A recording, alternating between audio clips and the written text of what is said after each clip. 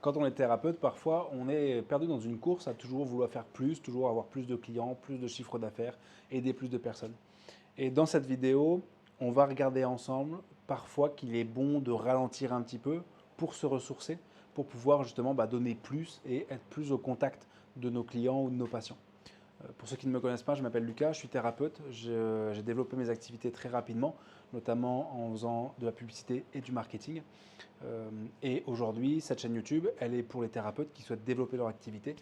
Je vous transmets en fait ce que je fais pour mon activité de manière sincère, honnête et en étant le plus transparent possible pour que vous puissiez développer votre activité. Je fais ça parce que j'ai perdu beaucoup d'argent avec des sociétés, des agences spécialisées. Et je fais ça aussi parce qu'à partir du moment où j'ai réussi à faire tourner mon activité, le sentiment de sérénité, d'apaisement que ça m'a procuré, je souhaite que ça vous arrive. Je souhaite que vous ressentiez cette chose-là parce que c'est extrêmement positif et extrêmement bénéfique de le ressentir. Et dans cette course de développement de cabinet, de toujours faire plus, on est aujourd'hui dans une société qui nous invite, qui nous pousse même, qui nous oblige à toujours être performant, à toujours vouloir faire plus. Voilà, il faut être un bon thérapeute, il faut être un bon praticien, il faut être une bonne écoute, il faut être également un bon mari, un bon copain, un bon petit copain, il faut être également une bonne mère ou une bonne femme. Euh, il faut tout être parfait. Et et cette vidéo, elle est faite pour vous, en fait, pour vous dire que déjà d'une, vous ne pouvez pas être parfait ou parfaite partout, tout le temps, c'est pas possible, et qu'il y a des équilibres à trouver entre des moments où on va aller chercher de la performance, des moments où on va aller chercher du chiffre, des moments où on va aller chercher peut-être des objectifs, et des moments où on va se reposer, tout simplement. Euh, Vous, de toute façon, c'est des discours que vous devez tenir avec vos clients ou avec vos patients.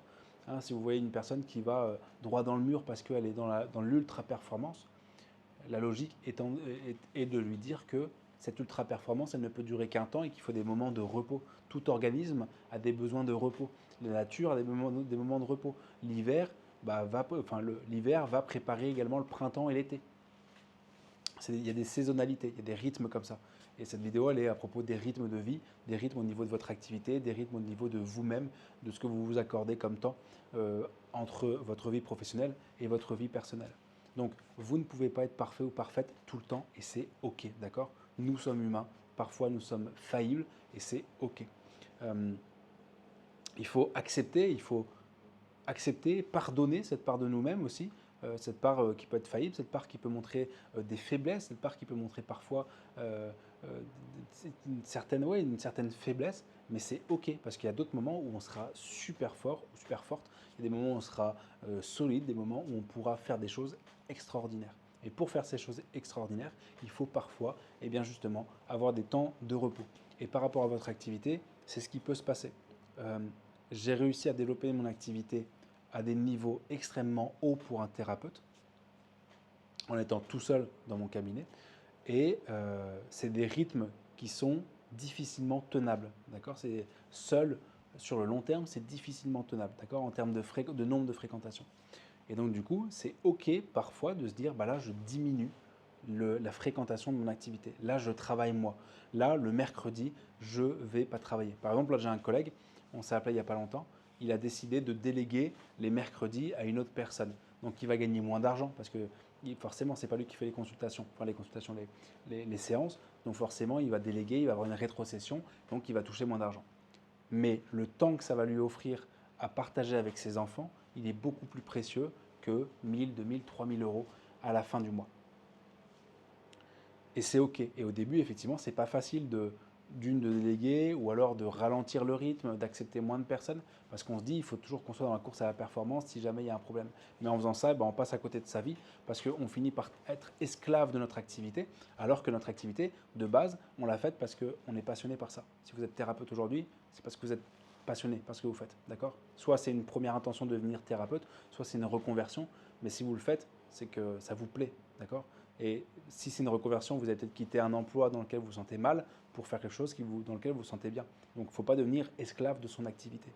Et une des meilleures façons pour devenir esclave de son activité, c'est de travailler comme un acharné et de ne pas profiter finalement du temps qui passe.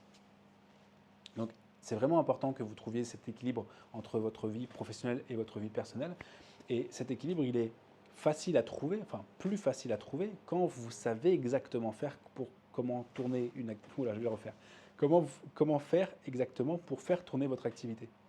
Sur cette chaîne, je vous invite à faire de la publicité sur votre activité. C'est ce qui fonctionne le mieux, le plus rapidement. Après, vous pouvez faire de la création de contenu pour avoir une vision moyen et long terme. Mais faire de la publicité, c'est ce qui fonctionne le mieux. C'est ce que j'ai fait pour mon activité. Et c'est ce que je fais pour les thérapeutes que j'accompagne. Si d'ailleurs vous voulez un coup de main sur votre activité, vous pouvez cliquer dans le lien dans la description. Ça vous permet de prendre un appel avec moi complètement gratuit dans lequel je vais sincèrement vous aider sur votre activité pour qu'on voit ensemble justement ce que vous avez mis en place, ce que l'on peut faire ensemble et comment est-ce que vous pouvez justement trouver une stabilité, une sérénité par rapport à votre activité. Donc, quand on a les leviers pour faire tourner votre cabinet, votre activité, eh bien, on sait exactement sur quoi agir pour avoir plus de personnes à un moment donné ou moins de personnes à un moment donné. La sérénité que j'ai dans mon activité, c'est de savoir exactement que si j'ai envie d'augmenter ma fréquentation parce qu'il y a une semaine ou un mois où j'ai envie beaucoup de travailler, d'aller dans la performance, je peux le faire. S'il y a un mois où par contre j'ai envie de passer plus de temps avec mes proches, j'ai envie de passer plus de temps avec moi, et ben j'ai tout simplement à baisser mes budgets publicitaires et j'ai moins de monde au cabinet. Et c'est un contrôle qui est fantastique et je pense qu'on est dans les rares professions à pouvoir avoir ça, à pouvoir avoir un vrai contrôle sur le rythme de travail que l'on veut. Quand on veut faire de la performance, faire du chiffre, parce que je sais pas, on veut acheter une nouvelle voiture ou peu importe, on peut le faire. On a les leviers pour le faire. Quand on veut au contraire diminuer parce qu'on veut prendre plus de temps, on peut le faire également. Et c'est trop bien de pouvoir avoir cette liberté de travail. On entend beaucoup parler de la liberté financière et pour moi, c'est un des points de la liberté financière, c'est de pouvoir se dire, je suis capable d'augmenter mes revenus ou de les diminuer comme je le souhaite. Voilà pour cette vidéo qui est, à mon humble avis, extrêmement importante parce que ça va vous permettre d'éviter tout ce qui va être burn-out, d'éviter toutes les dépressions, les conflits avec la performance. Trouver des équilibres et accepter ces équilibres. Accepter parfois vous avez moins envie de travailler et c'est OK de faire ça.